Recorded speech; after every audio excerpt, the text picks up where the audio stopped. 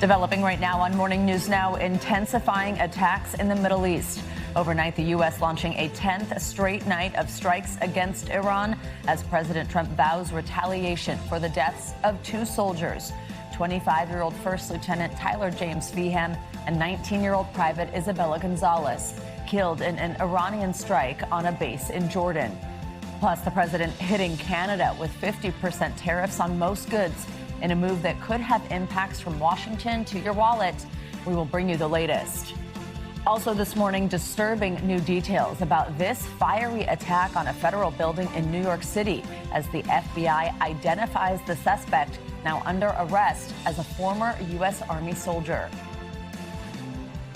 He did say he was targeting the building and he was okay if he hurt or killed people going in and out of the building. We know there were anti-government and anti-American statements made.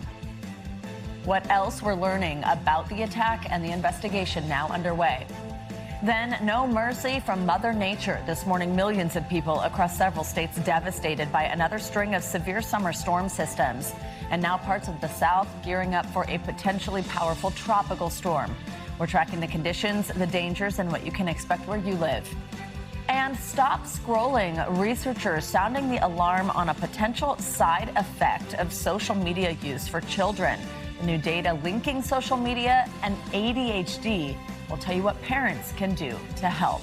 Conversation we have quite a bit here on this show. It feels like scrolling less is always good advice exactly. in any environment for any age. Good morning. Good to have you with us. I'm Joe Fryer. And I'm Savannah Sellers. Thanks for joining us. We're going to begin this hour in the Middle East, where the U.S. and Iran are continuing to trade attacks. Iran launched a new wave of strikes on U.S. allies in the Gulf overnight after the U.S. military launched a 10th consecutive night of strikes on the country. This latest escalation comes just hours after the Pentagon released the names of the 2 soldiers killed in an attack on a U.S. military base in Jordan.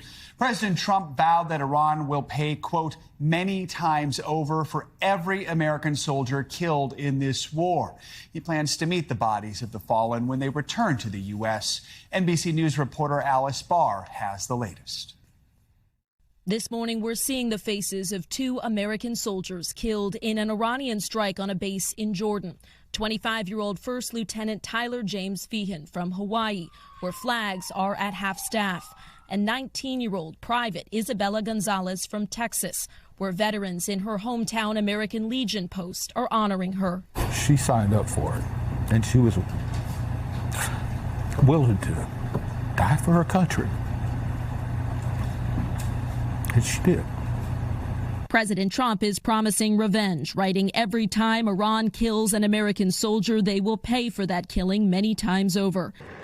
And overnight, U.S. forces launched a 10th straight night of attacks against Iran. While this alert and video from the base where the fallen soldiers were serving shows missiles intercepted and explosions, it's not clear whether these are the fatal strikes from Friday. But U.S. Central Command said a 3rd service member was reported missing, and it is working to identify remains found at the site. While after Iranian strikes in northern Iraq, CENTCOM said another American service member was killed during the controlled detonation of an Iranian drone. Democrats in Congress are promising to press for answers about the war's costs in damage to American facilities. And the loss of life and the injuries to the men and women of our armed forces, but more importantly, where are we headed? A senior administration official told NBC News the war has reached a time of ambiguity. With the ceasefire collapsed, both sides are signaling a willingness to negotiate, even as military strikes ramp up, and President Trump weighs his options under mounting pressure. In Washington, Alice Barr, NBC News. Let's continue this conversation with NBC News senior national politics reporter John Allen. John, good morning. So more than 2 months since the Pentagon and Defense Secretary Pete Hegseth held a press briefing updating on the war with Iran. Why is that, especially right now when we are seeing so much action in the area? Do you think that we will restart that at all now that the war is escalating again? You know, it's not clear whether that's going to restart. I think the president and his cabinet officials have described this war as over for quite some time now.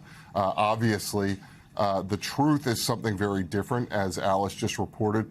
We've seen 10 straight nights of exchange of fire between the United States and Iran or the U.S. and its allies in Iran. So, this war is not over, obviously not over.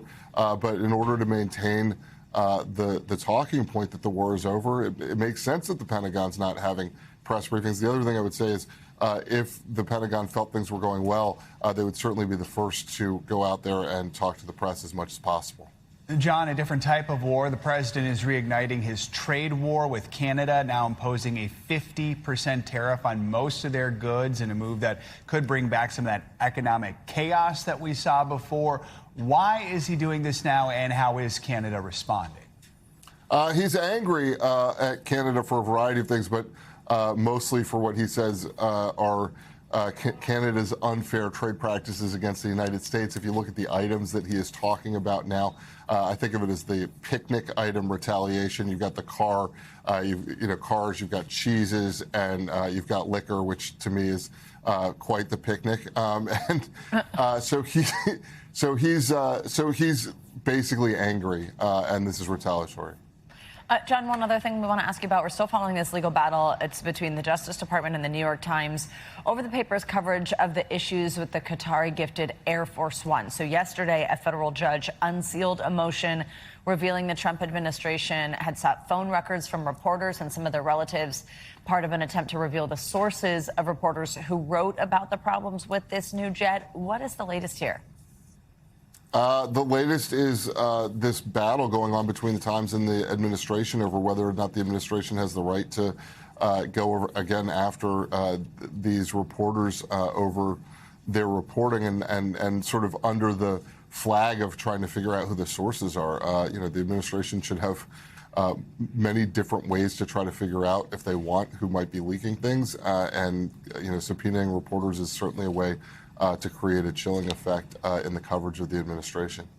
All right, John Allen, thanks as always. For more on that legal battle between the New York Times and the Trump administration, let's bring in NBC News legal analyst Danny Savalos. Danny, good to have you with us. Let's dig a little more into these new phone record subpoenas. Not only did the DOJ target the reporters, but also seeking these calls and text message data from some relatives. Walk us through how unusual that is. Well, first, traditionally, DOJ goes to reporters for this information as a last resort, not a first resort. And there's additional grounds to complain to the extent that these are relatives, some of whom may have their own privilege issues due to their jobs, whether it be legal or otherwise. But on the other hand, the argument DOJ might make is that this is really about data. And when it comes to privilege, you can ask about the fact that somebody or the time that somebody made a call or sent a text message, as long as it's not the underlying communication itself. So there is a distinction in the law between the data about when and to whom a call or text was made and the contents of that communication. So, Danny, this is all part of this ongoing investigation, like John was just saying, to allegedly stop federal officials from leaking classified information and figure out who's doing it. And the Trump administration is claiming that it is not targeting journalists, but attorneys for the Times reporter said some of the subpoenas for phone records requested information dating back even to January. So given all the details here, what do you make of that timing?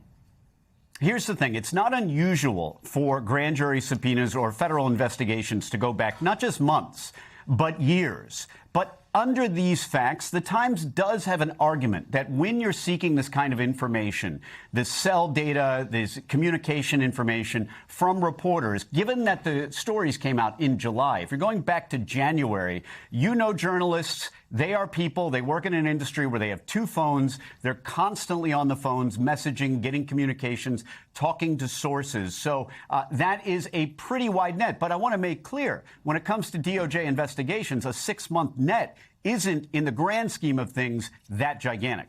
As this case unfolds, Danny, the New York Times has accused the Justice Department of trying to delay information or hide information from its team. The DOJ has been saying all its actions have been fully in line with federal law. What part of the case just sticks out most to you? What doesn't stick out is the secrecy. That is the essence of grand jury proceedings. The rules require an intense level of secrecy. What does strike me as odd is that DOJ apparently already had a judge assigned to this case. Judge Subramanian, who you may recall presided over the Diddy case, and actually I have a case in front of right now. But it appears DOJ may have gone to another judge. A little unusual, but as to the secrecy part of it, grand jury proceedings must be secret so that people feel comfortable coming in and testifying. Danny, on Sunday, the president did say that the new Air Force One was going to be sent to maintenance for upgrades, basically confirming the New York Times reporting that there were these issues with the plane. How does that factor in here? As a defense lawyer, can you use that? Truth is not a defense to a leak of national security information. In fact, if the information is true, that's worse for a defendant. But what is a defense is that if it's coming out, it's public and it's no longer a secret. So that might be better for the alleged or supposed leakers if this information is no longer really a matter of national security. Danny Savalos, thank you so much. Well, there was a chilling scene outside of a federal building here in New York yesterday. A former U.S. soldier is now in custody after allegedly setting off fireworks and lighting a fire in front of an ICE office in Lower Manhattan. Video captured the moment a man doused a flammable liquid outside before igniting the fire. Officials say multiple people were injured in the attack. NBC News correspondent Emily Ikeda has more. A federal investigation into this terrifying scene in New York City. Video from witnesses showing a man pouring a liquid outside a federal building home to an immigration and customs office, igniting a massive blaze. To actually witness it was definitely alarming. Investigators say the suspect ignited an apparent bundle of fireworks, fired an airsoft rifle, and lit this fire in an incident that injured 3 people. You can see him lobbing something towards the entrance before he is tackled. Other angles show a scuffle with officers, some with weapons drawn, emerging from the smoky entrance, then escorting the suspect in all black and handcuffed away. The FBI identifying the suspect as 43-year-old Andrew Arabaka. He did say he was targeting the building, and he was okay if he hurt or killed people going in and out of the building. Are you investigating this as a possible act of terrorism? We're collecting the evidence, and we know there were anti-government and anti-American statements made. Investigators in hazmat suits now combing through the aftermath, recovering, the FBI says, axes, a machete, knives, and a cart with a sign reading "ICE off our streets," as tensions have flared near ICE facilities nationwide. Investigators say the suspect is a U.S. Army veteran who has had several encounters with law enforcement, but nothing to this degree. Charges are still being determined. Back to you. All right, Emily, thank you. Let's bring in NBC News law enforcement analyst Jim Kavanaugh for more on this. Jim, good morning. So FBI Director Kash Patel said that the FBI's Joint Terrorism Task Force is investigating. But what factors would determine whether this would count as an act of terrorism? Well, they're just going to look at motivation. You know, he's trying to attack a federal building. And, you know, when we look at a federal crime of terrorism, it's to attack or influence the government or the civilian population. So they might be able to have that charge, but there's many federal charges here. It's an attack on federal property with incendiary devices, arson, many charges here, injuring civilians on the federal property. So they've got plenty of charges. But this guy, I mean, he did injure 3 people, but he's just a pathetic figure. I mean, this is a guy whose desire to harm outstrips his apparent ability to harm. I mean, he does pour the gasoline, Savannah, on the concrete steps of the federal building. But I mean, that looks great. I mean, that's like a Hollywood flash there. But I mean, that's not going to really burn down that building. And then he throws the fireworks, which probably caused some of the injuries. Again, it's sort of pathetic. In other words, it's like this guy goes and gets whatever's in his basement, just some fireworks and an airsoft gun, and, you know, siphons out some gas and goes on his major terrorist attack. So he's a feckless moron, really. Luckily for the people at the federal building, good work by the Federal Protective Service police. They were on this guy within seconds and grabbed him. So that was good work. Nobody harmed. He's pretty pathetic, but he'll stand a lot of federal charges. So, Jim, as the investigation continues, authorities try to figure out a motive. What are the pieces of evidence you think investigators are going to be looking at most closely? Yeah, Joe, you know, this is one of those cases where, you know, his motive's delivered to you on his cart. you know, it isn't a very hard search. You know, he's got his card on the back of it. It talks about, you know, ICE. He hates ICE, or he wants to eliminate ICE. And he told the agents apparently that he didn't care if he hurt people, and he was carrying bladed weapons, you know, axe and knife and so forth. So he had the intent to harm. He had the desire. He hates ICE, maybe the government. He's a troubled individual for sure. His motive is power. And in the giant rubric of motives, it's power. He wants power over the federal government, which he apparently thinks is doing something he doesn't want. So then he uses violence, you know, to achieve his aims instead of the democratic process, to vote, to picket, to demonstrate, to call your representatives, to run for office. He doesn't do any of those things. He attacks violently.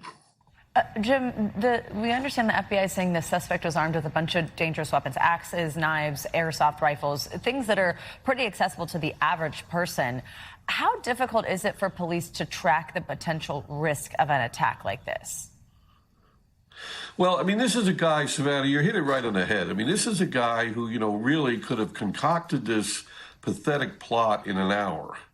You know, I mean, he goes in his basement and grabs up in his garage and grabs up some sharp objects, the old fireworks from the 4th of July that would just passed, and siphons out some gasoline and puts it in his cart with his anti-government message on and goes down to the federal building. I mean, it's a really pathetic attack. I'm glad nobody else was seriously injured or killed. It could have been, because arson and explosives like fireworks or bladed weapons, if he'd made an attack, he could have killed people. And he certainly shouldn't be let off the hook from any of this. He should be charged severely for it. But his desire outstrips his ability. All right, Jim Kavanaugh, thank you so much. This summer's run of extreme weather just seems to keep rolling on. Overnight, 7 tornadoes swept through the Great Lakes region, leaving a path of destruction. No one was seriously injured.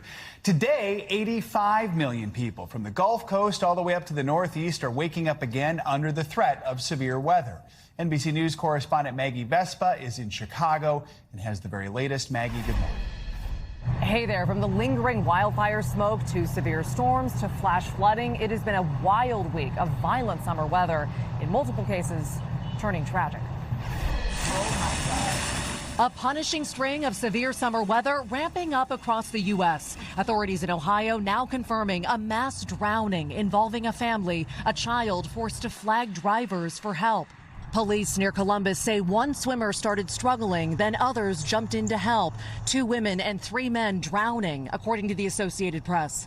Immediately, fire departments, emergency medical, police departments responded to the scene to try to assist in the rescue. In other parts of Ohio, water rescues had been stacking up by the dozen, many saved from their cars. I had my 3-year-old son in the back. I had to get out and get him, walk around and pull him out of the water. The water was about up to my waist by the time I got out. Farther west, jaw-dropping new video shows a river of mud and debris tearing through Beaver, Utah. Relentless flash flooding now prompting evacuations. Authorities now saying at least 8 people died in floodwaters there, including Provo firefighter Captain Spencer Long, his wife, and 3 sons, who authorities say had been hiking when the water overtook them. Days of violent storms wreaking havoc across the country as some areas brace for even more severe weather.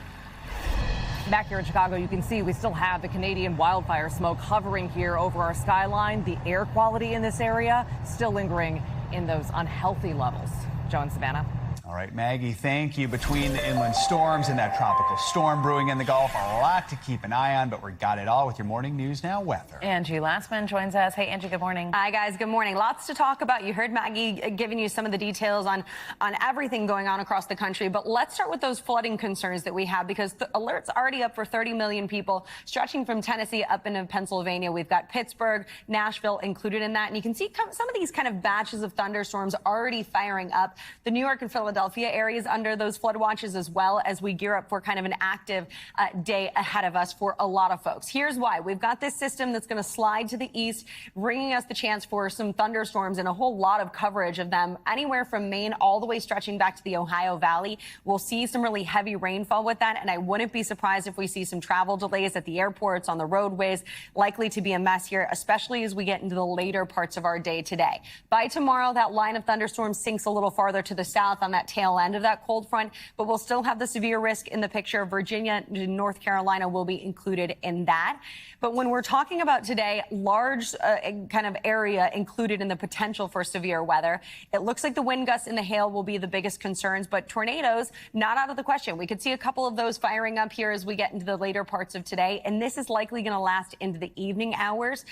New York City, Pittsburgh, Charlottesville, Washington, D.C., all included in that enhanced risk, and then that slight risk, Nashville, Roanoke, Norfolk, up through Syracuse included. 85 million people in total, and again, this is really going to start to come into shape here as we get through the next couple of hours, and then farther to the East Coast, it'll be something that we deal with into the evening hours. The flooding concern on top of that, also something that we'll be watching. We've got that flood risk, the slight risk from Boston all the way back into the Tennessee Valley, and rainfall rates are going to be impressive, anywhere from 1 inch to 2 inches per hour, and we're already talking about some saturated grounds in these areas, so not going to be hard for us to see some flooding concerns, especially in those areas that you often see that taking shape when we do have heavy rainfalls. By the time we get through tomorrow, a couple of inches, 1 to 3 inches in this area, guys, and this is going to be something that will definitely cause some problems on the roads and again at our airports over the next 24 hours. All right, Angie, we know to keep an eye on it. Thank you so much. Much more to come here on Morning News Now. Later this hour, open to work. New college grads facing a growing challenge as they enter the job market. We'll explain what's behind a slowdown in hiring, especially for entry-level roles. Up first, though, after the break, calling for closure, an update on the investigation into the death of Mississippi teen Nolan Wells as he's laid to rest weeks after a boating trip gone wrong. We'll be right back. We're back with the ongoing investigation into the death of college football player Nolan Wells. Hundreds of people gathered to say their goodbyes at his funeral in Mississippi yesterday, while investigators continue their work to determine what happened the day he disappeared. Now there's a reward being offered for any relevant information. NBC News national correspondent Aaron Gilchrist has the details. An emotional gathering of hundreds to celebrate the short life of Nolan Wells, including his high school friends, college football teammates, and celebrities like Spike Lee. Nolan's mother holding tight to his memory. Hold him close in your hearts. Share his stories and never stop saying his name. Nolan's death remains mysterious after he and friends took a boat trip to Horn Island, Mississippi on July 4th. His mother reported him missing hours after his friends returned without him. His body found on July 6th. For an 18-year-old young man to no longer be with us, we want answers. Reverend Al Sharpton offering a $100,000 reward, saying Tyler Perry, who paid for the funeral, will cover half for information that leads to an arrest and conviction in the case. His eulogy laying bare lingering questions about Nolan's case. We cannot say it was racist, but we cannot say it was not racist. So let's not judge either way until all the evidence is in. The family's attorney asking again for photos and videos from Horn Island. He has not turned over Nolan's cell phone to law enforcement, but says they still plan to analyze it together. We have not established a time yet of when we're going to do the mutual inspection of the cell phone.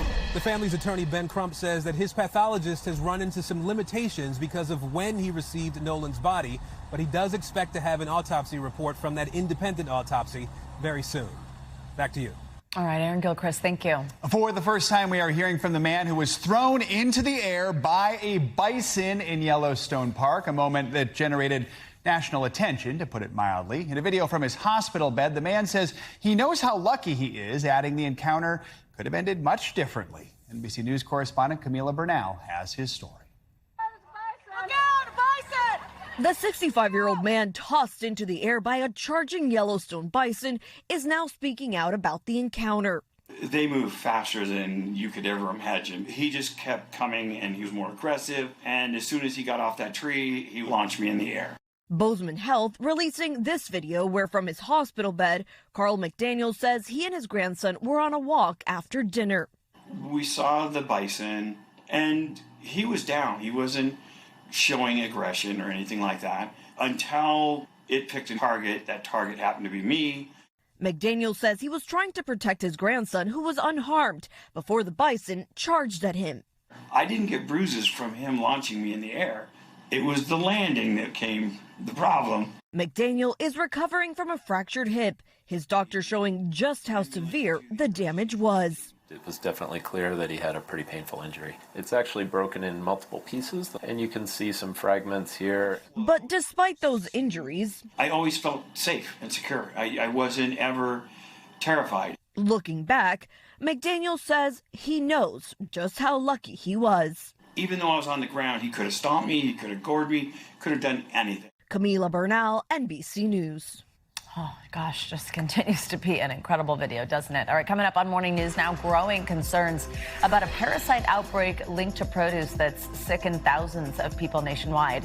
More on the recall in effect and why officials still haven't zeroed in on a source.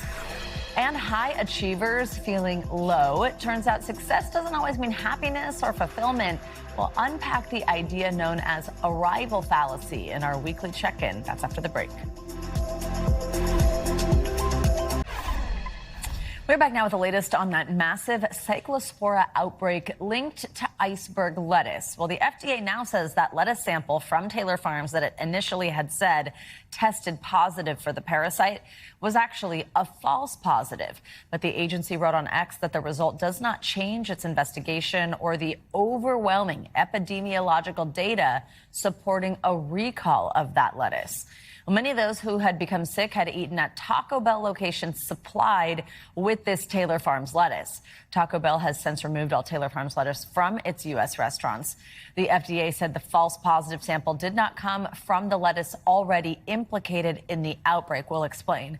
It came from a separate Taylor Farms shipment collected during routine importation inspections from central Mexico. More than 1,600 cases have been confirmed across 5 states, and the voluntary recall of shredded iceberg lettuce sent to 27 states remains in effect. Taylor Farms has not responded to NBC News' request for comment. We want to learn more about how this process works, so joining us now is Don Schaffner, a professor of food microbiology at Rutgers University. Professor, good morning. Thanks for joining us. So first, just like this is so confusing, I think, that we heard about a positive. Like, why was it even announced if it needed to be tested again, if there is this false positive possibility? And now also this new information that it came from a shipment that wasn't involved in this recall. So what are we saying here? Is this connected to the lettuce that has been recalled, or we are not sure? Well, the false positive is just that, a false positive. It doesn't mean anything. What FDA has reiterated is that the epidemiological evidence, the statistical correlation between people who are sick and people who ate lettuce at Taco Bell, that association is still strong, so they still believe they have the right cause. Why is it so difficult to detect this in a food sample, this parasite? Oh, it's easier to detect things like salmonella. A parasite doesn't reproduce outside the host, so the only way to get more cyclospora would be to eat the cyclospora and poop out more cyclospora. So we have to use a technology called PCR, polymerase chain reaction, and that multiplies the DNA of the parasite. And if you run too many multiplications of that parasite, you can create false positives like what happened here. So it's a limitation of the specific testing method. Taylor Farms has been involved in previous food recalls. Does that suggest a larger safety problem, or are recalls inevitable for a supplier of this size? What's that mean? They are a very big supplier. They've also had problems in the past. And very often when a company like this has problems in the past, they get religion around food safety. And Taylor Farms has done that. I think many people would point to their operation in Mexico and say that's a state-of-the-art operation. So I'm very curious, and I think others are very curious to learn exactly what the cause of this outbreak is. And I'm sure we'll learn more in coming days. We have been dealing with this for a few weeks now. Obviously, we've all heard about how horrible these symptoms can be and also how long it can take from when you ingest this parasite to when you actually have those symptoms, which makes it very tough, right, for people to remember, oh, gosh, what did I eat 2 weeks ago? Where have I been over the last weeks? To try to help the FDA or anybody really sort of narrow in on what could be going on. How do we get to the bottom of something like this? How long do you think this continues for? Well, my suspicion is that the outbreak is over, but we'll still see cases accumulate as people come into be part of that, be part of the outbreak. But I think the lettuce that's made people sick is probably already eaten and probably gone and composted or in the trash. But we may still see the relative size of the outbreak go up just because we're adding more people to that outbreak cluster. All right, that's a little bit of interesting and potentially good news there. It could be over. Professor, thank you so much for joining us this morning. We appreciate it. Sure, my pleasure.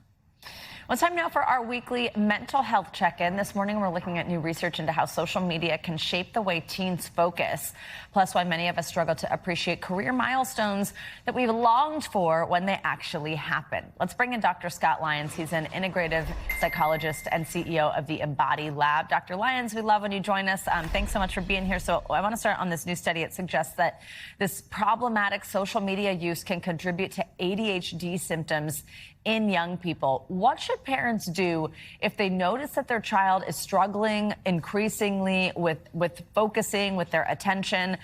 How can that be linked to social media? And then how do you get help? Yeah, that's a great question.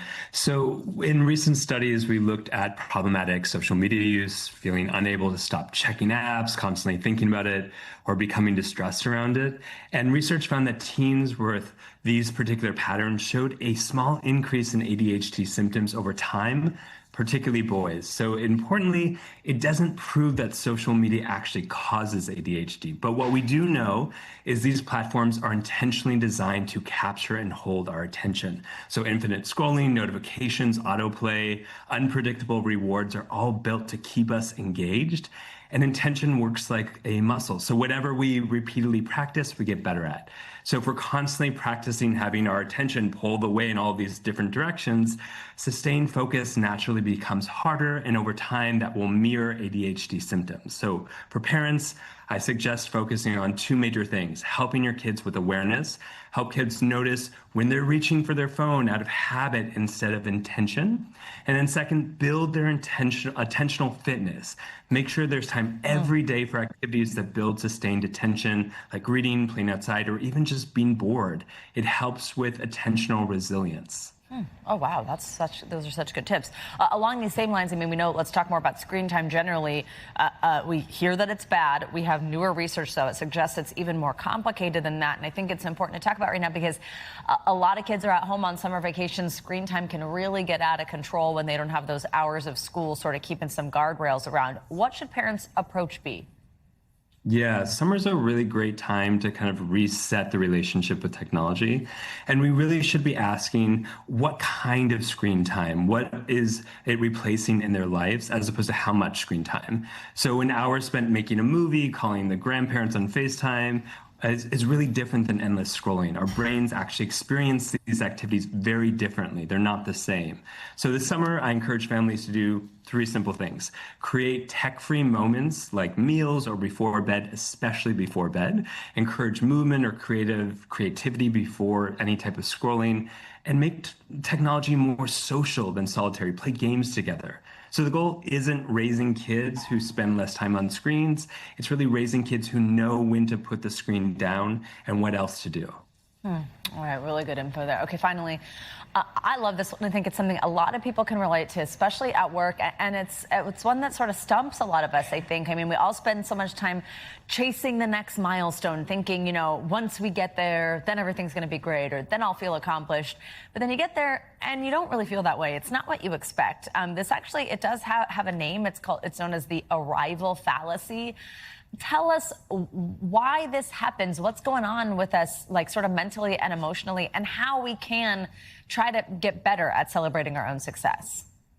Yeah, I mean, a lot of us have worked for years to try to get that promotion or buying the house or achieving that big goal. And then we're thinking, oh, I thought this would feel better. I thought I would be feeling better. And that's the arrival fallacy, the belief that happiness is just waiting for us on the next achievement. And the reality is, I've been through that. Every time I graduated from school, I was like, oh, this is it. And it just doesn't work that way. Goals give us direction in our life, but the problem is believing that one accomplishment is going to create lasting fulfillment, and it's not. And one of the healthiest things we can do is really celebrate progress, celebrate the small wins, along with just not waiting for the finish line. So instead of asking what's next, really attend to, like, how far have I come? How does it feel to be in this? What have I learned? And really take the moments to pause and absorb life. All right, Dr. Wine's a great reminder for us this morning. I always like the saying, remember when you wanted what you have right now. Sometimes easier said than done, but a good one. Thank you for joining us. Appreciate it. Good to see you. Thanks. Nice to see you. Coming up, put on pause why a massive media merger between Paramount and Warner Brothers is on hold, at least for now. And also new college grads facing an uncertain future as we start to see fewer entry-level job openings. Our friend Caleb Silver is here to break down the challenging job market and tell us what we can do to get ahead. This is Morning News Now. Welcome back. In business news, a federal judge has put the brakes on the massive $110 billion merger between Paramount, Skydance, and Warner Brothers for at least 2 weeks. The temporary restraining order was granted after a coalition of 12 state attorneys general, led by California, filed an emergency request to pause the merger, claiming the consolidation would cause irreparable harm to the film and television industry. However, a spokesperson for Paramount Skydance disagreed and said they will keep trying to push forward with the merger. A hearing is scheduled for August 3rd to see if the deal could remain frozen while the lawsuit plays out. Well, now, according to a new report from the Federal Reserve, it's getting increasingly difficult for recent college graduates to land their first job. And it's because the U.S. job market has slowed down significantly this year, entering what is known as a low hire, low fire phase. So a growing number of companies are reluctant to make major changes to their workforce because of all this uncertainty around the economy.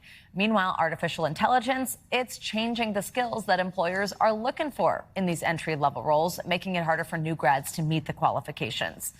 Editor-in-chief of Investopedia, our friend Caleb Silver, is here. He's also the chief business editor at People Inc. Caleb, good morning. I mean, so it's always tough, right? Figuring out what you want to do, landing a first job. I remember you sort of feel like, oh, this first job is, the most important step you take. But now, really, they're facing one of the toughest job markets in a decade. I mentioned AI. What are some of the other barriers here for them getting these jobs? Yeah, I have a recent college grad in my house, so I have firsthand experience at how difficult it can be. So it is the business cycle, what we call what's happening in the economy right now, low hire, low fire, a lot of uncertainty around energy prices. And you have people working longer into their careers as well, making it tougher to get in. Plus AI, this new technology that you kind of have to understand and be able to use if you want to get a job in today's workforce in different industries. So they're facing this increasingly difficult time to actually get into the workforce. And once you get in, getting higher in the workforce is even harder. What is it about AI, though, and the entry-level jobs? Because you might think of it as, maybe something more advanced, but at the same time, of course, maybe it's something they're learning and they're fresh out of college. What do they want in an entry-level role that deals with AI? Yeah, well, a lot of entry-level jobs are data processing, analyzing data, doing surveys and studies, and AI can do that. So they're looking for candidates who understand how to use it, how to write prompts in AI, how to analyze data, how to use that data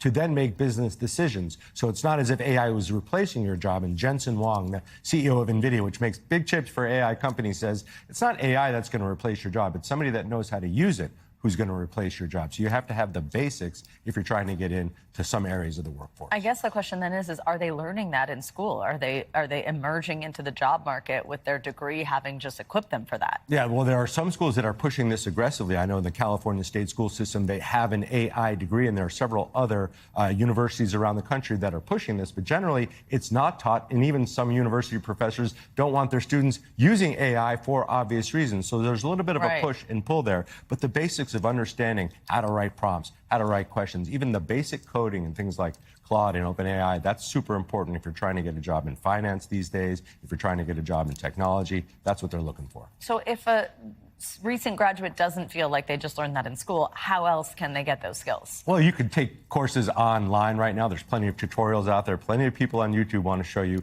how to learn this, but you can also look for industries, what we call halo. Hard assets, low obsolescence. Trade schools are seeing a pickup in people enrolling, learning HVAC systems, learning plumbing, learning how to use their hands and create their small businesses. But there's also other jobs where AI is not necessarily essential, but people skills and being able to solve problems, that's what employers are looking for right now when they're hiring. Some of those jobs, I know they're even like targeting girls for master plumbing, things like that, because there's quite a shortage there. Some of those jobs that we're going to need, they're not going anywhere. And you can build a great career and your own business if you do that. So we are seeing this uptick in enrollment in trade schools. Apprenticeships are coming back. That's a good thing. Now, again, those are low obsolescence jobs. We're always going to need a good plumber. So you can look in other areas, or live entertainment. That's a very big industry right now. And healthcare, the strongest sector in the economy right now, continuing to hire. You don't necessarily need AI skills there, but you need to know how to work with people. Yeah, we're looking for nurses and doctors for sure. Always. Caleb, great to see you. Thank you.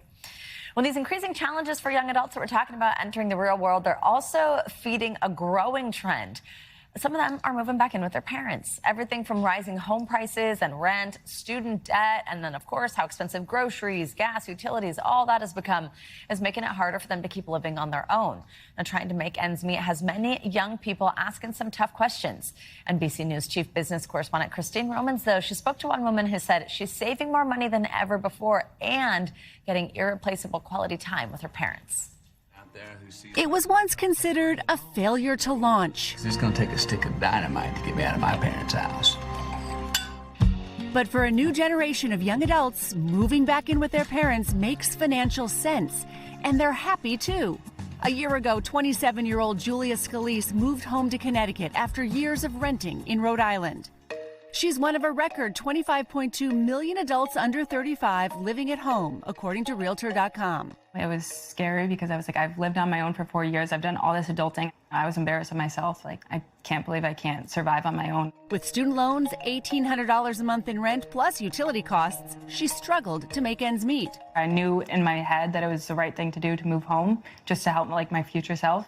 And it didn't take long for the math to add up in her favor.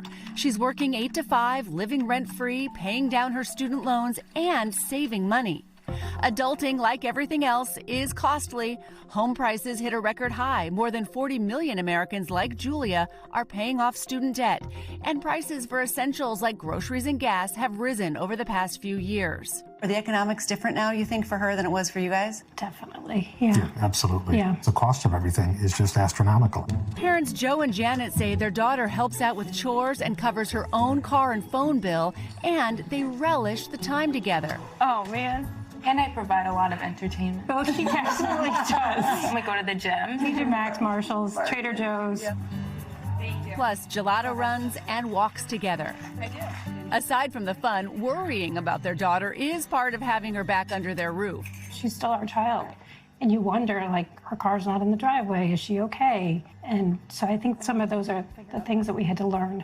Joe, she's got a dating life, and she lives in your house. Tell me how that's going. Right now, it's going really good. Honestly, no, it's going very good. While there are still some adjustments inside the walls of her childhood home, Julia feels far from trapped. My old coworkers in Rhode Island, they're just like, Julia, you look so much happier at home. And like, I don't know if it was just like the financial freedom I have now and not just constantly being stressed, like, how am I going to pay this? How am I going to pay that? Which has been very like freeing almost. Someday she'll fly from the nest again and eventually build her own. Cheers. But for now, she's happy right at home. Andrea Sachs is a travel reporter with the Washington Post, and she joins us with more. Good morning. So, okay, you just published this article all about this bill. What exactly does it set out to do, and why is it being proposed right now? It is called the Quiet Skies Act, and basically in 2018, Congress passed a reauthorization bill for FAA. With this included, the idea that we cannot have cell phone calls, video or vocal, on planes, and then it just sat there. So FAA didn't take it to the finish line. So they needed to craft language, explain the rules, regulations. And so this bill now is kind of reinvigorating this debate and getting this law, as I said, across the finish line and pressuring FAA to actually move it. And and enforce it. So they gave them, if the law passes, they have 180 days to push this through. I mean, I think some people are thinking, aren't calls already banned on flights? Right. We hear that announcement before every flight saying passengers just aren't allowed to do it. Correct. Yes. And I just flew, and they did say that this is a quiet cabin and that they want everyone to wear headphones, and they did mention calls. It is not allowed on airlines. So the airlines can set the rules, but they really want the backing of the federal government because, some people don't really like to follow rules. But if they can say this is a federal law, could be police waiting at the airport if you don't comply, that kind of gives them an additional level of support. When people are doing the whole no headphones thing and just like playing sounds out loud, that turns tense a lot of times between the flight attendants too. I would like to be able to tell the person the police will arrest you if you don't get exactly. off that when we land. Do we know? Okay, we're talking about how we feel about this, which I think is probably representative of a lot of passengers, maybe also airline crews. Like, what's the sentiment around this? Do people want to be able to do this, or they don't want this going on?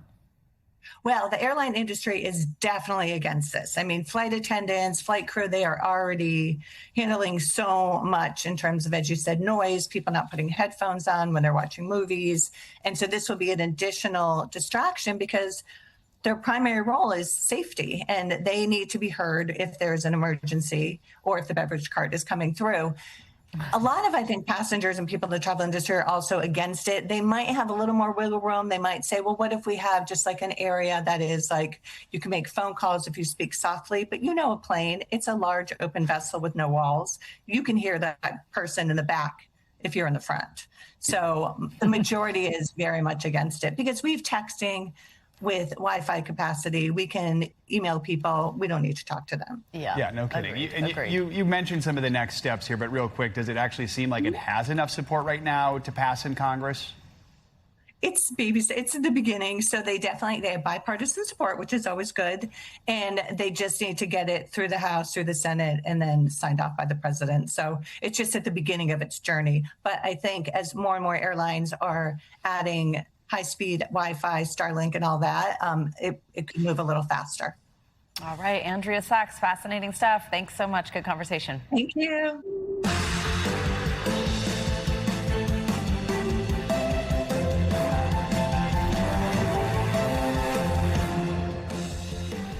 Good morning. Thanks for being with us this Tuesday. I'm Savannah Sellers. I'm Joe Fryer right now on Morning News Now. Bracing for Bertha, states along the Gulf Coast preparing for the second tropical storm of the season. Bertha now threatening to make landfall. Heavy rain on the way as millions in the Midwest recover from flash flooding that ravaged entire neighborhoods. And soon they could see more severe weather. Another round of severe storms now taking aim at a big chunk of the country. We're going to have the latest forecast for all of it. Night 10 of strikes, the U.S. military intensifying attacks on Iran overnight. President Trump vowing retaliation for the deaths of 3 U.S. service members. But we're learning about the fallen and the plans to bring them home as the cost of the war amps up the pressure on the president to end it. Also escalating, a trade war with Canada. That's right, the president's favorite word in the dictionary, back in the headlines. Tariffs. He's imposing 50% tariffs on Canadian goods. What's behind the move and how our neighbor to the north is responding. And madness in Madrid, the World Cup champions receiving a hero's welcome upon their return to Spain. How millions of fans celebrated their beloved football team's victory with their eyes already set on the next World Cup. Got the powerhouse there. They're the men's champs. They're the women's champions. A lot to celebrate right there. Good for them. Absolutely. No kidding. We are going to begin this hour with another round of severe summer storms. More than 85 million people across the Midwest and eastern parts of the country are waking up under the threat of severe weather as Tropical Storm Bertha is now looming in the Gulf of Mexico. This is all as the Great Lakes and the Northeast are still feeling the effects from those wildfires burning in Canada. And then in the South and out west, 81 million people are under a heat alert as some of those areas could see temperatures in the triple digits today. NBC News correspondent Maggie Vespa is in Chicago. She joins us with the latest. Maggie, good morning. Joe, Savannah, good morning. It was a chaotic night here in the Midwest with more than half a dozen twisters touching down across multiple states. But as you point out, that's just the latest layer of violent summer weather slamming the U.S., with some cases we've now learned turning tragic. Overnight, severe storms tearing through the Midwest, spawning at least 7 reported tornadoes, including in Michigan, Iowa, and Wisconsin, where this drone captured a twister close up. In Michigan, the storms producing waterspouts over Lake Superior, and farther west, monsoon storms sweeping through parts of Arizona and even blowing this grill right off a back patio. It comes after days of heavy rain and flooding across the U.S. In Ohio, authorities say 5 adults drowned in a river near Columbus Sunday after one started struggling and others jumped in to help. A child forced to flag down drivers who called 911. Holy moly. In West Virginia, the governor declaring a state of emergency for areas ravaged by recent flooding so powerful it destroyed roads and bridges. Parts of Utah also in recovery mode. Officials now confirming Provo Fire Captain Spencer Long, his wife, and 3 sons were killed by flash floods while hiking on Friday. Provo's mayor writing, "We are absolutely heartbroken." Farther south, states along the Gulf Coast now bracing for Bertha, the second tropical storm of the season. While there may not be as much rain, we could still experience inland flooding. Now, this morning, I'll note something of a silver lining is that at this point, we don't have any reports of injuries or major damage from this latest round of overnight storms, but we couch that with it is still early. And then one final point here in Chicago, you know, for days, the story has been that Canadian wildfire smoke that's been hovering over the skyline. Well, you can see the rain did a lot to clear that out overnight with that system now on the move. Guys. All right, Maggie Vespa, thank you. Let's get a closer look at what to expect from those severe storms with your morning News Now weather. Angie Lastman's back with us. Hey, Angie, good morning. Hi, guys. Good morning to you. We've got to start with that severe weather potential that we're going to have through the day today that Maggie mentioned. 30 million people already under flood alerts. Flood watches expanding from Tennessee all the way into Pennsylvania, Nashville, Pittsburgh included, with multiple batches of these thunderstorms already firing up. We've got those flood alerts in place for New York and Philly as well. And you see why. A good dose of rain here headed our way through the day today, and it will be accompanied by the potential for some flooding as well as some severe storms across this region. That's going to leave us with the potential for some travel delays, some issues on the roadways, commutes likely to be impacted as the day goes on. And here's that cold front by the time we get into tomorrow, a little farther to the south, but still from the mid-Atlantic across the southeast, and with that potential for some strong to even severe storms across Virginia and North Carolina tomorrow. Today, though, 85 million people at risk of severe weather, stretching from New York all the way down to Tennessee. We'll see major cities like Washington, D.C., Pittsburgh included in that enhanced risk. That's where we're likely to see those strong wind gusts over 65 miles per hour, as well as damaging hail and even a couple of tornadoes in the picture. The flooding concern will be there as well. Multiple inches of rain on tap, so flash flood risk is included for Boston all the way back towards Lexington and down towards Knoxville, including Norfolk as well. And on top of that, we've got Tropical Storm Bertha, newly formed, 50-mile-per-hour winds at this time, still 100 miles to the south-southwest of Panama City, not moving all that fast, but right now northwest movement at just 5 miles per hour. This, of course, prompting tropical alerts up and down the Gulf Coast from New Orleans to Pensacola and out towards Panama City Beach. All included in that as this system kind of skirts right along the Gulf Coast over the coming days. This is Thursday, 1 a.m. Notice by Friday and even Saturday, we'll still be looking at a push of some rain into parts of Texas. But our biggest concern is going to be the storm surge inundation for folks across parts of Louisiana, as well as Mississippi and Alabama along the coast. 2 to 4 feet is on the high end. That's the peak storm surge forecast. And on top of that, we'll get some good rain across this region as well. So we are concerned for flooding, especially the coastal areas of Louisiana. We could see anywhere from 1 inch to 3 inches for more widespread areas across that region. But we aren't going to rule out the isolated fact that we could see up to 8 inches in some spots, guys. So we will watch for the flooding concern across this region, along with those tropical storm force winds. Back to you. All right, Angie, thank you. In the Middle East, Iran is continuing to launch strikes against U.S. allies in the Gulf. This comes after the U.S. military launched a 10th consecutive night of strikes on Iran. President Trump vowed retaliation for the deaths of 3 U.S. service members in Iranian strikes over the weekend. NBC News chief international correspondent Keir Simmons is in Jordan with the latest. Keir, good morning. Hey there, good morning to you. And there is no respite for the world economy from this region, sadly. Here in Jordan, news this morning of 5 drones and 3 missiles intercepted. And the State Department now issuing a new warning for Americans traveling in this region, saying Americans outside the Middle East should reconsider travel to and through the region. Overnight, U.S. Central Command releasing video of its 10th night of strikes, flying deep into Iran, targeting command centers, launch sites and air defenses. Here, a strategic port crucial to Iran's oil industry on fire. Iranian state media releasing its own satellite images, which NBC News can't verify. Iran saying it shows the aftermath of an attack at a base here in Jordan, where 2 U.S. service members were killed Friday and Saturday.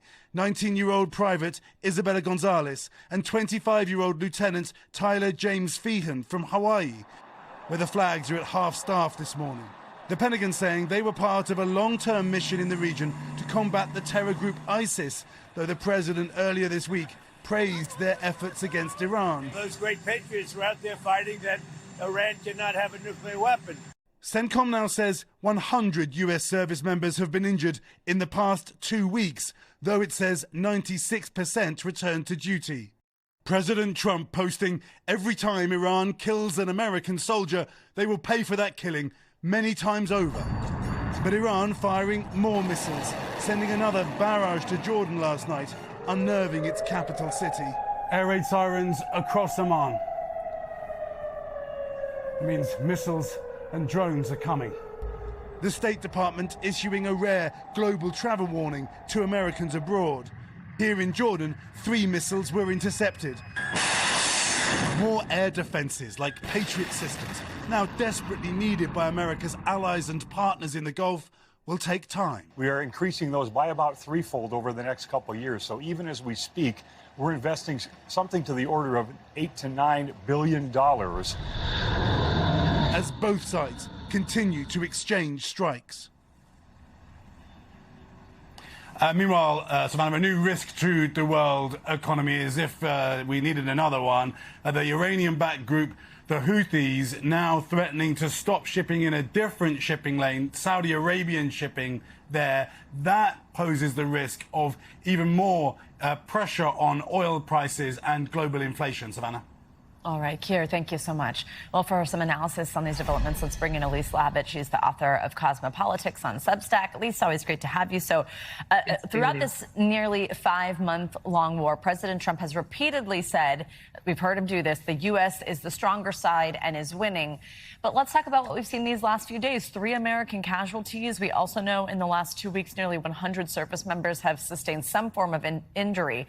How do you think the conflict has changed? How would you define this phase? Well, I think President Trump is right in terms of conventional weapons, and Iran has the weaker hand, but it's playing it quite well. If you see what it's doing since, really testing that MOU, it was kind of curious why they did that by hitting ships in the Strait of Hormuz. I think it was trying to test whether it could get a better deal, but now it's really escalated the situation with President Trump and the U.S. military hitting back. I think that's really more about trying to destroy Iran's future capability to hit straits, to really destroy its missile capability. Iran is fighting back. I think Iran's strategy is more kind of escalate to de-escalate. But I think right now the United States is just going to continue to hit Iran till it feels that it's really eliminated at least the short-term threat of the Strait of Hormuz, and certainly in response to these service members. So knowing that, and the president has long said the goals in the war, deprive Iran of a nuclear weapon, make the Strait of Hormuz safe for passage. But as we see the human and financial costs of the war continue to climb, we see President Trump's popularity decline since the war started. Do you think he maybe needs to shift his objectives to try and de-escalate the situation? What would that even look like right now? Well, I mean, in theory, you would want, you would want this war to de-escalate. But I think right now, anything you do to show weakness to Iran, they're just going to take advantage of it. So any deal that President Trump would strike right now in the wake of these service members being killed would show that the U.S. is really desperate to end the war. So I think a certain amount of response and a certain amount of destroying Iran's missile capability is going to be necessary to kind of increase U.S. leverage at the negotiating table. Ultimately, you are going to want a negotiated solution. But Iran, would only see the U.S. capitulating now as weakness, and the deal could even get worse. The MOU wasn't really that favorable to the United States. It was the best deal Iran ever had, even I would argue better than the Obama-era JCPOA deal. So I think this is going to go on a while before they get back to talks. At least Democrats in Congress have been continuing to push against this conflict, but what options do they have to slow this war? Well, right now they're using the kind of power of the purse. You've heard a lot of Democrats say they're going to deny the U.S.'s requests. Secretary Hegseth is on the Hill today looking for more money for the war. And so they're trying to say that they will not support any more funding for the war, at least until they get some sense of what the strategy. I think the problem is not a lot of people know what the president's endgame is, what his strategy is, and what it would take to end the war. So I think the secretary and his military planners are going to have to make a stronger case both to the Congress and to the American people about how this ends before they get any more funding, because even Republicans are getting a little bit jittery about giving more money without a fuller accounting of where this is headed. All right, Elise Labott, thank you so much.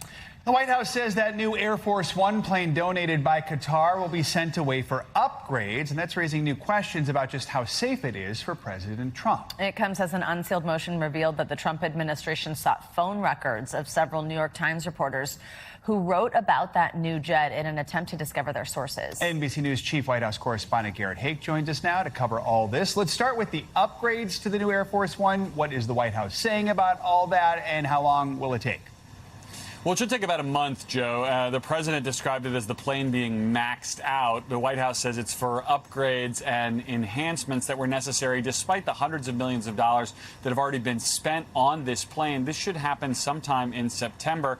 The White House insists that this plane is safe, at least for the kind of travel the president does most typically around the United States and around Europe. But I do think the fact that it is going back out of service is a tacit admission that this plane was not necessarily equipped with all the same features, all the same security as the older model airplanes that have served as Air Force One for the last 30 years. Well, let's talk more about this legal battle, though, between the New York Times and the DOJ. What more are we learning about this case from this unsealed motion? Yeah, what we learned from these unsealed motions is that these subpoenas for Times reporters and their information was even broader than initially reported, at least according to the Times lawyers. The subpoenas included information about tolling devices and phone records for reporters' spouses, even one reporter's mother. The administration says this is not about trying to criminalize reporting. They say they're trying to find people who might have been leaking classified information. But the New York Times and other media organizations say this kind of very broad investigative outreach has a chilling effect on journalism. We'll see where the court cases go here. This is all in front of a judge right now. Garrett, some other news. It looks like President Trump is restarting the trade war with Canada, imposing a 50% tariff on most of their goods. Why does he say he's doing this? How is Canada responding? This is really the definition of a tit for tat. It's all about retaliation. The president says these 50% tariffs that he's currently threatening, there's a 30-day clock before they'd start, are in response to Canada being one of the very few countries to put tariffs on American goods after the president first put tariffs on Canadian goods back early last year. If you're still following along, I think the bottom line here is this is the definition of a trade war back and forth here. This would cover a wide variety of goods, everything from construction supplies, things like lumber and concrete, paper, furniture, to dairy products, to Canadian hockey sticks. The Canadians are not happy about this. They say it's a total violation of the trade deal that they struck with President Trump during the first term. I think perhaps one likely outcome here is because there is that 30-day clock. Both countries say they're at least open to talking this out. The president loves to threaten tariffs. He does not always follow through. So we'll see what happens over the next month or so to see if some kind of agreement here can be reached between the two countries. Yeah, high stakes Canadian hockey sticks there. All right, Garrett That's Haake right. at the White House. Thank you so much. Well, here in Manhattan, the FBI is now investigating this disturbing scene outside of a federal building yesterday morning. Authorities say a heavily armed man was targeting federal immigration authorities when he set off an incendiary device and fireworks. Multiple people were injured in the attack before the suspect was apprehended. NBC News correspondent Emily Ikeda joins us with the latest details. Emily, good morning. Guys, good morning. The suspect is an Army veteran who investigators say has had several encounters with law enforcement in the past, but nothing to this level. They say the 43-year-old ignited apparent fireworks and started a massive blaze outside of a federal complex during the height of rush hour.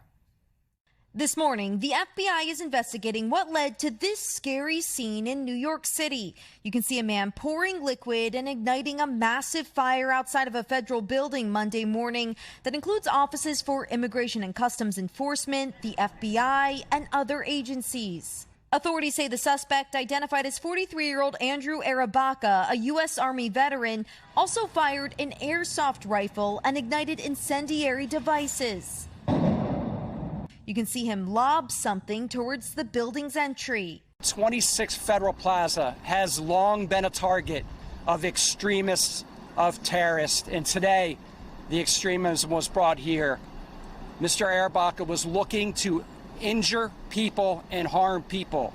Investigators combing the scene for evidence say he was also armed with axes, a hammer, machete, and knives. You can see his cart with a sign reading, "Ice off our streets."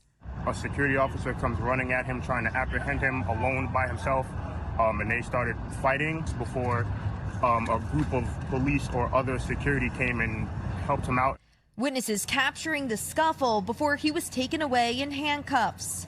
When he was being arrested, he yelled derogatory terms to ICE, used bad words, obviously. He is an anti-American, anti-government extremist. Tensions have flared near ICE facilities nationwide since President Trump's ramped up immigration enforcement. Officials calling Monday's act of violence deeply disturbing. Our administration will continue to ensure that every New Yorker is safe in their city and that we hold anyone accountable who threatens them. And according to investigators, 3 people were injured in the incident, including an immigrant. It also forced the cancellation of a naturalization ceremony. Federal charges are expected in this case, guys. All right, Emily, thank you so much. Investigators are still looking into the death of Nolan Wells as his family remembers his life this week. Many in Nolan's community came together to show their support during his funeral yesterday. The 18-year-old's body was found on an island off the Mississippi coast following the 4th of July weekend. NBC News national correspondent Aaron Gilchrist was at the funeral. He joins us with the latest on the investigation. Aaron, good morning. Hey, Joe, good morning. Hundreds of people filled the church not far from here, including dozens of Nolan's former teammates. We know that this was both a celebration of his life and a renewed demand for answers about his death. 2 weeks after Nolan Wells' body was found on the shore of Mississippi's Horn Island, his parents were finally able to pay tribute to their beloved son. We thank you, Lord, for the beautiful 18 years that you blessed us with him. Hundreds of friends, family, and community members lining up outside a church near Nolan's home to celebrate a life cut short. He was the nicest person I could have ever met. The little bit of his life that we got to be a part of was outstanding. The family still coming to grips with his tragic death. The service was part celebration, This is my story. part remembrance. You want it to be the best, so I poured all my knowledge into you that I could. In his eulogy, Reverend Al Sharpton demanding answers. And let us pursue justice, whatever the situations are that led to this. And questioning the circumstances surrounding Nolan's death. We cannot say it was racist, but we cannot say it was not racist. So let's not judge either way until all the evidence is in. Nolan Wells was reported missing around midnight on July 5th after taking a boat trip with friends to Horn Island to celebrate the 4th. His body was found on July 6th. After the funeral, the family's attorney Ben Crump again asking for photos and videos from Horn Island.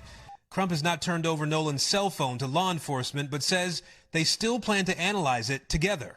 We have not established a time yet of when we're going to do the mutual inspection of the cell phone. But as the investigation continues, Nolan's mom urging others to be like her son. Be like Nolan. Be the light that brightens the lives of those around you. Now, a grand jury will ultimately decide whether any charges should be filed in Nolan's death. But Reverend Al Sharpton and Tyler Perry, who paid for the funeral, are now offering a $100,000 reward for information that leads to an arrest and a conviction in this case. Right now, the family is still awaiting those autopsy results, both the state autopsy and the independent autopsy. We're told that second report should be coming very soon. We're back now with two controversial manosphere influencers behind bars this morning, Andrew and Tristan Tate. They were arrested this weekend in Miami because of new sex crime charges they're facing in the UK. Now, the process is underway to decide whether they'll face extradition. NBC News correspondent Jesse Kirsch has the details. Andrew and Tristan Tate are behind bars in Miami, waiting for their possible extradition to the UK. Tristan, anything to say? U.S. Marshals arresting the controversial social media influencers in Florida this weekend as prosecutors in the United Kingdom announced a slew of new charges, including for rape. Their first reaction to the allegations is the first reaction that any innocent man or woman would have. It's garbage. The brothers' attorney speaking today outside Miami federal court, where the brothers appeared before a judge in beige and brown prison clothes, shackled at the wrists and ankles as the extradition process begins. We are, of course, objecting to extradition because Andrew and Tristan are innocent. They've never done nothing wrong. They shouldn't be extradited for crimes they did not commit. The new UK charges are in addition to allegations the brothers are already facing there and in Romania. We've yet to be convicted of any crime in our lives ever. The Tate brothers gained notoriety for their prominent association with the manosphere, a hyper-masculine and anti-feminist social media movement widely considered to be misogynistic. You know, women know the clue how business works. The brothers were temporarily barred from leaving Romania. Then last year, the dual American and British nationals returned to the U.S. This weekend, they were on their way to a bare-knuckle boxing event when they were arrested. Come over here by me. Let's go. The UK's Crown Prosecution Service says the new charges stem from incidents involving 4 victims. The incidents allegedly occurring between 2010 and 2017. I want to make it clear there is no place for male violence against women and girls in our society, and we will continue to work tirelessly to support victims and investigate all reports made to us. Jesse Kirsch, NBC News. Technology was the hero during a real-life water rescue this week in one Massachusetts city. A drone was deployed as a first responder. Reporter Robert Goulston from NBC Boston explains how the drone was able to get eyes on the scene in less than a minute. The docking station itself is opening. Revere is now the first city in Massachusetts responding to emergency calls with a drone. It'll turn on the drone. On Sunday, Revere deployed its drone as a first responder for the first time after 2 people got into trouble on the breakwater off Revere Beach. When the call came in, they were able to contact one of our pilots, and she was able to get right on, and she had eyes on the scene with somewhere between 30 and 40 seconds. NBC 10 first showed you this technology in May when we traveled to Atlanta to see it in action. At the time, Revere was preparing to launch the program. This weekend, that investment paid off when the department used the drone during an actual emergency for the first time. They now have one of 2 drones in place that can be launched off the roof of a building. Sarah White piloted the drone remotely. So we were all on the same page. For the water rescue call. They called the pilot was home, and she was able to launch from the house with her laptop and sent it right to the scene. They were able to observe exactly what was going on, how many people were there, what they were wearing. A time's always critical on the water when somebody's in trouble. They just, if anybody goes into the water, they're in real danger real quick. Our thanks to Robert Goulston for that report. Now, the ACLU of Massachusetts is calling for regulations around law enforcement's use of technology like drones as first responders. Right now, the state has no specific rules. Coming up, iced out why the FBI might no longer lead on probes into confrontations with ICE agents. What we're learning about this potential change and how it might impact ongoing immigration crackdowns. That's next.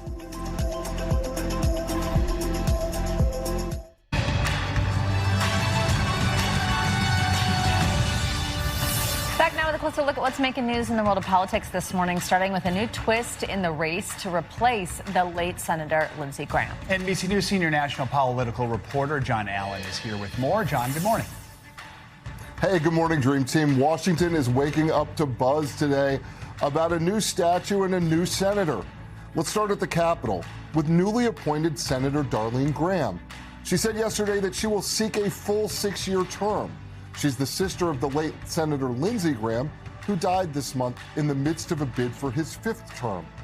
Darlene Graham's path to the Republican nomination is not open, though. 2 congressmen, Russell Fry and Ralph Norman, have said they'll run in the special election primary next month. But Graham does have an ace in the hole. All 4 aces, maybe 8 aces. President Trump has endorsed her. There would be, quote, nobody better to honor the legacy of her beloved brother, the president said. And the president has also added a new statue to the Rose Garden. Interestingly, Thomas Jefferson, who opposed the kind of hereditary aristocracy represented by the Grahams. The statue is life-sized in bronze and working on the Declaration of Independence. That's what Jefferson's doing in the statue. This is all according to the Washington Post. Jefferson joins Trump's growing collection of Rose Garden statues, including George Washington, Benjamin Franklin, and Alexander Hamilton. So, Joe and Savannah, while the founders aren't in the room where it happened, they'll be just outside it in the Rose Garden with Washington on their side. Back to you. John, I feel like you're auditioning for Hamilton there. Is that what that was? I cannot sing, as you got an indication of, but that was not bad. Figured if we Hamilton. were talking about Alexander Hamilton, we might as well, delve into some of the lyrics. There you go. We appreciate the creativity, John. Thank you. NBC News is learning the FBI will no longer investigate assault confrontations with ICE agents. That's according to 2 people who are familiar with those directives. ICE has come under major scrutiny over the past few weeks following the fatal shootings of 2 immigrants, one in Texas and one in Maine. NBC News senior Homeland Security correspondent Julia Ainsley is here to talk more about this. Julia, what more are you learning from your sources about this new directive? And who then, is the big question, would be expected to lead these investigations instead? Well, it's really not very clear at this point, and I'll tell you why. There was a memo, as we understand it, from 2 sources familiar that went out to FBI field offices last week. This is after those 2 fatal ICE shootings took place in less than a week in Maine and Houston, telling FBI field offices that they will not be called when there is a confrontation between an ICE officer and someone that they have encountered, whether that be a fatal shooting or an assault, or whether that stands for the officer being assaulted or a question of the officer using force that he or she should not have, saying that the FBI's role in this will no longer be necessary and that it will be handled by ICE's investigative arm, Homeland Security Investigations. That's a complete break in protocol because typically Homeland Security Investigations is out investigating crimes such as drug trafficking, things that are happening on an international platform, child exploitation, that kind of thing. They're not being used for internal ICE matters. That would be handled by the Office of Professional Responsibility, the IG, or often the FBI. And so this really came as a shock. But DHS and DOJ are saying, actually, there's no policy change here, and they are denying that such a memo went out. It's really quite confusing and hard to follow. It looks like both the FBI and the DHS, like you're saying, they're denying all this. Tell us more about what they're saying. Yeah, I want you to look at this, what they said in a joint statement to NBC just recently when we put this story out. They're saying that this is false, and they say that the relationship between DHS and DOJ in investigating assault on federal cases has not changed, and FBI will continue to investigate in accordance with agency policy. The administration has been clear, anyone who assaults law enforcement will be prosecuted to the fullest extent of the law. Now, that's very specific to assaults on federal officers. They're not speaking more generally about what happens when there's a question of whether or not the officer has used force that should not have been used in an encounter. So a lot of questions we still have here, but yeah, they're denying it, yet multiple sources have told us and other news outlets that this memo went out telling them FBI will no longer be used when it comes to these cases. Julia, ICE is facing more scrutiny recently following these most recent deadly shootings. What would be the implications of the FBI not investigating these confrontations with ICE agents? I mean, what are critics saying of this potential move? Well, I think we have to even go back further than just these recent shootings to January with those 2 fatal shootings of American citizens in Minneapolis. There was a lot of question about who would be investigating. Just in the past week, the Minneapolis investigators in Hennepin County got evidence that they felt that the feds had been withholding. Kristi Noem had to hand over the investigation of the Alex Preti death to the FBI when she at first came out and said DHS would be investigating. There's a sense from a lot of people who are questioning the ability of an agency to investigate itself. And so when you take away another outside agency, even if it is within the same federal branch of government, and hand it over to the agency itself, there's a real sense from critics that they're not going to get an objective result. And so we want to continue to see how they work with state and locals. And of course, even if DHS is investigating, there is always the possibility, as any internal investigation would do, is if they find something that they think rises to a criminal level, they can refer that to DOJ. But a lot of people are questioning whether or not they would make that referral when they're talking about their own men and women. We are back with an exclusive on a 74-year-old aviation mystery, which has finally been solved. A Discovery Channel team has found the intact wreckage of a Pan Am passenger plane that crashed into the Atlantic Ocean. NBC News senior correspondent Tom Costello joins us with the details. Tom, good morning. What a discovery. Hey guys, good morning. What a find indeed. The Discovery Channel team found the wreckage sitting some 2,000 feet down. The plane was lost during the so-called golden age of travel. It took the lives of 52 people. It led to big changes in aviation safety. And now family members of those who were lost at least know where their loved ones are buried at sea. In the deep waters off Puerto Rico, a 74-year-old mystery finally solved. Oh, stop! Oh my God! Is that a plane? That's a plane. There, 2,000 feet below the surface, sonar and high-def images of the instantly recognizable Pan Am logo, of a landing gear and a tail. Done deal. That is an engine. That is a full engine. That is. And the shiny, bright aluminum fuselage resting on the ocean floor. Oh my God, there's writing. It's her. It says Clipper Endeavor. This morning, in a Today Show exclusive, the Discovery Channel team is announcing Clipper Endeavor has been found. So this plane was coming here to New York, right? Yeah, to what's now JFK, and it was Good Friday. Yeah, people were flying up here from Puerto Rico for the Easter weekend. Pan Am Flight 256 left San Juan, Puerto Rico on April 11th, 1952. On board, 69 passengers and crew. But shortly after, the pilots lost both right side engines. 9 minutes later, the plane crashed.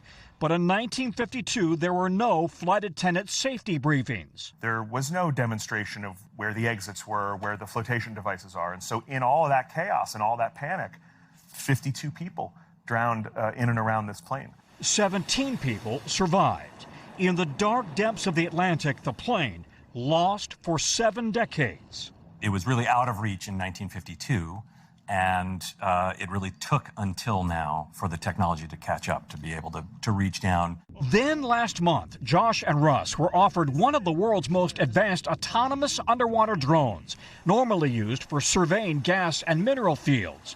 They had just 2 days to search. We were against the clock on this, and we had kind of an idea, a pretty nice search box that we wanted to search. It took only 1 pass. Oh, God. That's a plane. Whoa. That's a plane. Look at that.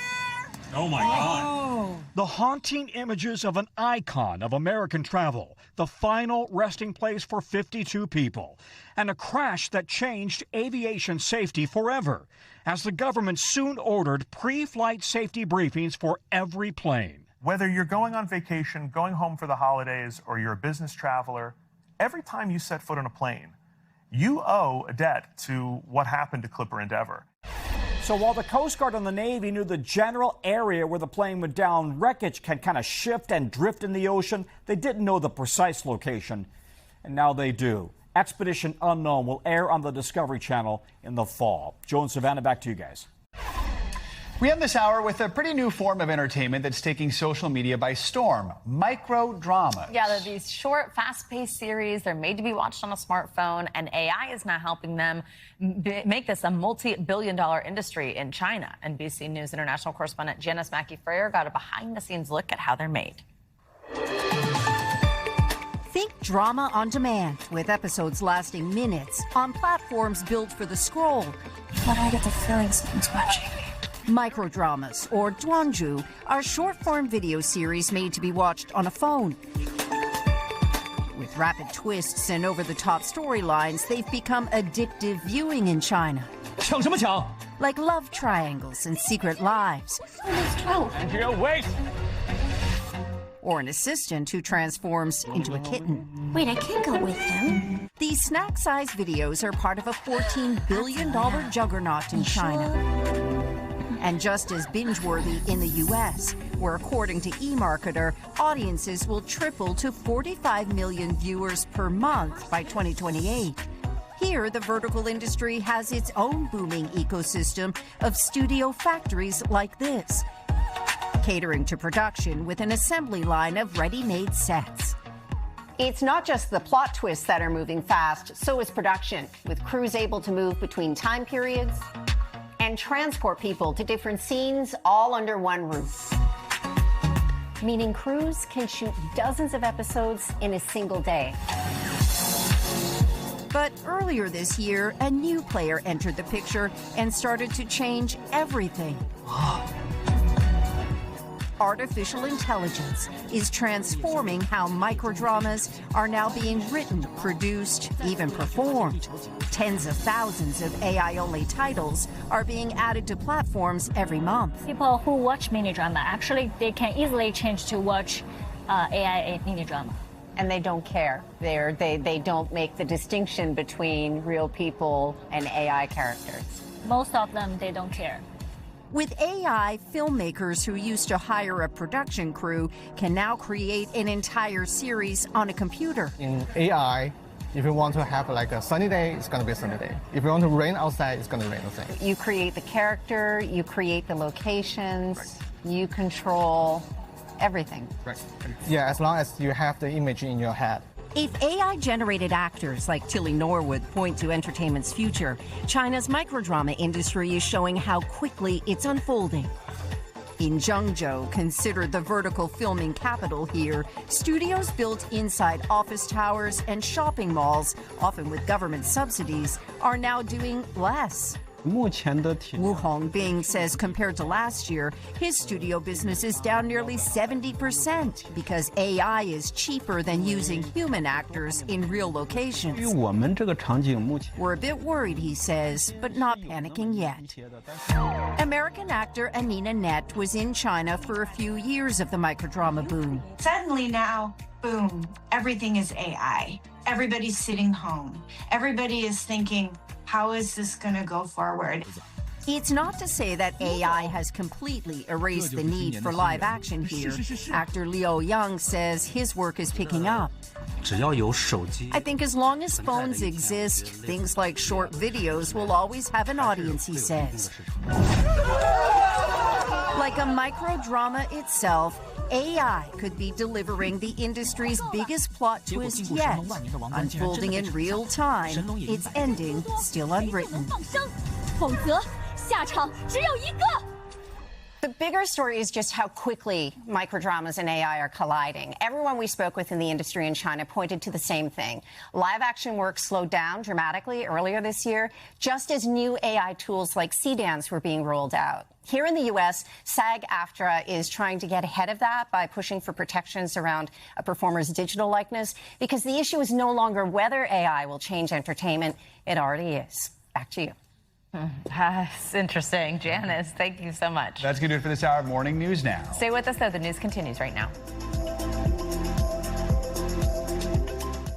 We thank you for watching, and remember, stay updated on breaking news and top stories on the NBC News app or watch live on our YouTube channel.